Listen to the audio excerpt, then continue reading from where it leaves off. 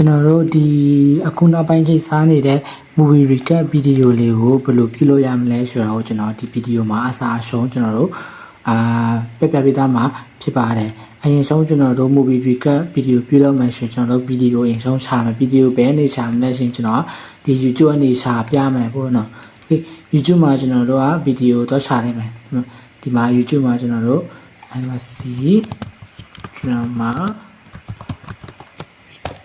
drama recap ဆိုပြီးတော့ရှာလိုက်မယ်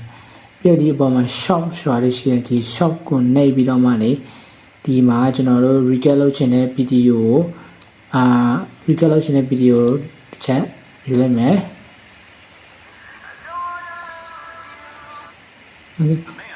โอเคဒီ video ယူလိုက်မယ်ဒီ video ကိုကျွန်တော်တို့ recap လုပ်မယ်ရှင်အရင်ဆုံးဒီ video ကိုကျွန်တော်တို့ဒီဒါကွန်ပျူတာမှာပြထားတာပေါ့နော်သူ့ကို regulate ထောက်လိုက်မယ် regulate မထားချင်ဒီမှာ share ဆိုတာလေးရှိရ share ကိုတစ်ချက်နှိပ်ပြီးတော့မှဒီမှာ copy ဆိုတာလေးရှိရသူက copy ယူမယ်သူရဲ့ video copy ကိုကျွန်တော်တို့ယူမယ်ယူပြီးတော့မှအရင်ဆုံးသူ့ကိုကျွန်တော်တို့ video download ဆွဲမယ်YouTube ထားနော် YouTube video download တာပေါ့ကျွန်တော် Telegram channel မှာ link ချထားပေးရနော်ဒီ YouTube video တွေ download ဆွဲဖို့အတွက်ဒီမှာဒီ YT download ဆိုတာလေးဒီအောင်နှိပ်မယ်နှိပ်ပြီးတော့မှကျွန်တော်တို့လိုချင်တဲ့ video အရင်ဆုံး download ဆွဲမှာဖြစ်ပါတယ်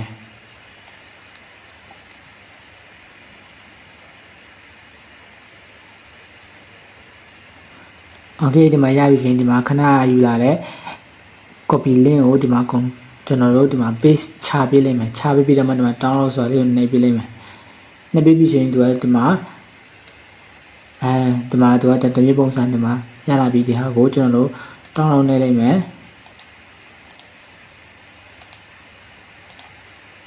โอเคဒီမှာသူဒီမှာ download ဆွဲနေပြီနော်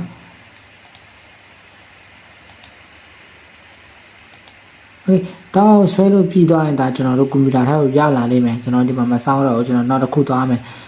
ကျွန်တော်ခဏဒီ video ပဲကျွန်တော်တို့ copy link ယူခဲ့ပြီနော်ယူခဲ့ပြီးချင်းကျွန်တော်တို့သူ့ကိုမြန်မာစကားပြော recap ပြန်လုပ်မှာဆိုတော့သူ့ကိုမြန်မာအတန်ထွက်အောင်ဟိုသူရဲ့ recap video မှာရှိတဲ့ original စာကိုကျွန်တော်တို့ copy ယူမယ်ဘယ်လို copy ယူမလဲဆိုရင်သူရဲ့ original စာကို copy ပြန်မှာယူမလဲဆိုရင် YouTube transcript ဆိုတဲ့နေရာမှာဒီဟာလည်းဒီရဲ့ link ကိုလည်းကျွန်တော် Telegram channel မှာချထားပေးပါတယ်ဒီအပေါ်ဆုံးမှာ YouTube to transcript ဆိုတဲ့ချက်နဲ့ပြီးမယ်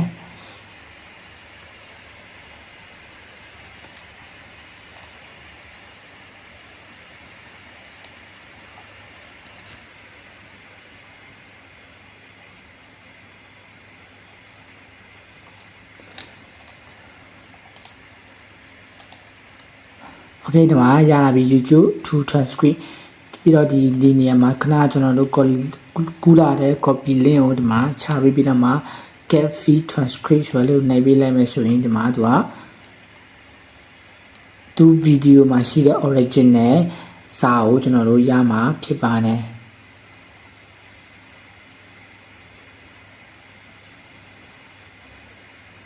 ဖုန်းမှာဆိုရင်လည်းဒီအတိုင်းပဲเนาะဒါကျွန်တော်ကွန်ပျူတာနဲ့လုပ်ပြထားတာဖုန်းမှာဆိုရင်လည်းဒီအတိုင်းပဲလေးလုပ်သွားလို့ရတယ်โอเคဒီမှာရလာပြီပေါ့နော်ဒီမှာ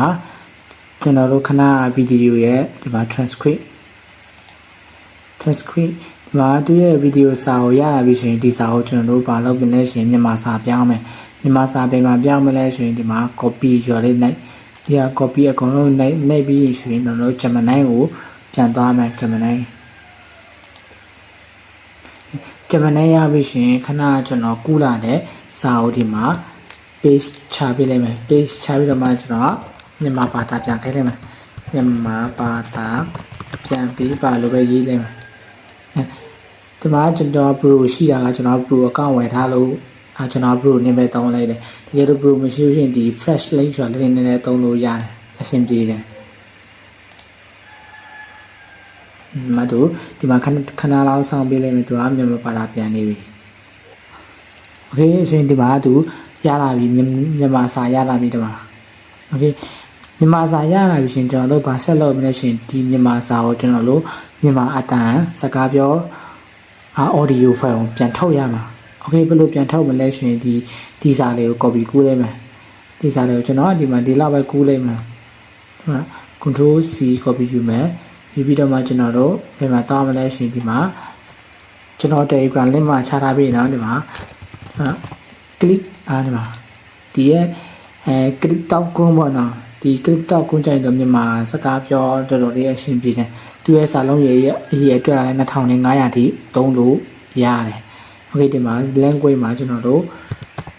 Burmese မြန်မာရေးပေးမယ်ပြီးရင်ဒီမှာအတန်နေရာမှာကျွန်တော်တို့ကြိုက်တဲ့အတန်ထားလို့ရတယ်နီလာလားဒီဟာလားကျွန်တော်ဒီဟာနဲ့ပဲသွားတယ်ပြီးရင်ကျွန်တော်ခဏယူလာတဲ့စာကိုဒီမှာ page ချပေးပြီးဒီမှာသွားစာလုံးပေါင်း2500ထိသွားလို့ရတယ်ဒီမှာ1928ကျွန်တော်နှစ်ခုခွဲထုတ်လိုက်မယ်ဘာလို့လဲဆိုရင်တစ်ခုတည်းဆိုရင်2500ကျော်သွားမှာဆိုတော့ကျွန်တော် generate video generate audio sorry generate audio ယူမယ်ယူကြမှာဒီမှာ download နေလိုက်မယ်ပြီးရင်ခဏကျန်တဲ့ဒီတစ်ပိုက်ကိုလည်းကျွန်တော်တို့ add တိုင်းပဲဒီမှာ host copy ယူမယ် copy ယူပြီးတော့မှဒီဘက်မှာပြန်ပြီးတော့ paste ချမယ်ပြီးတော့ generate audio ပြန်နှိပ်မယ်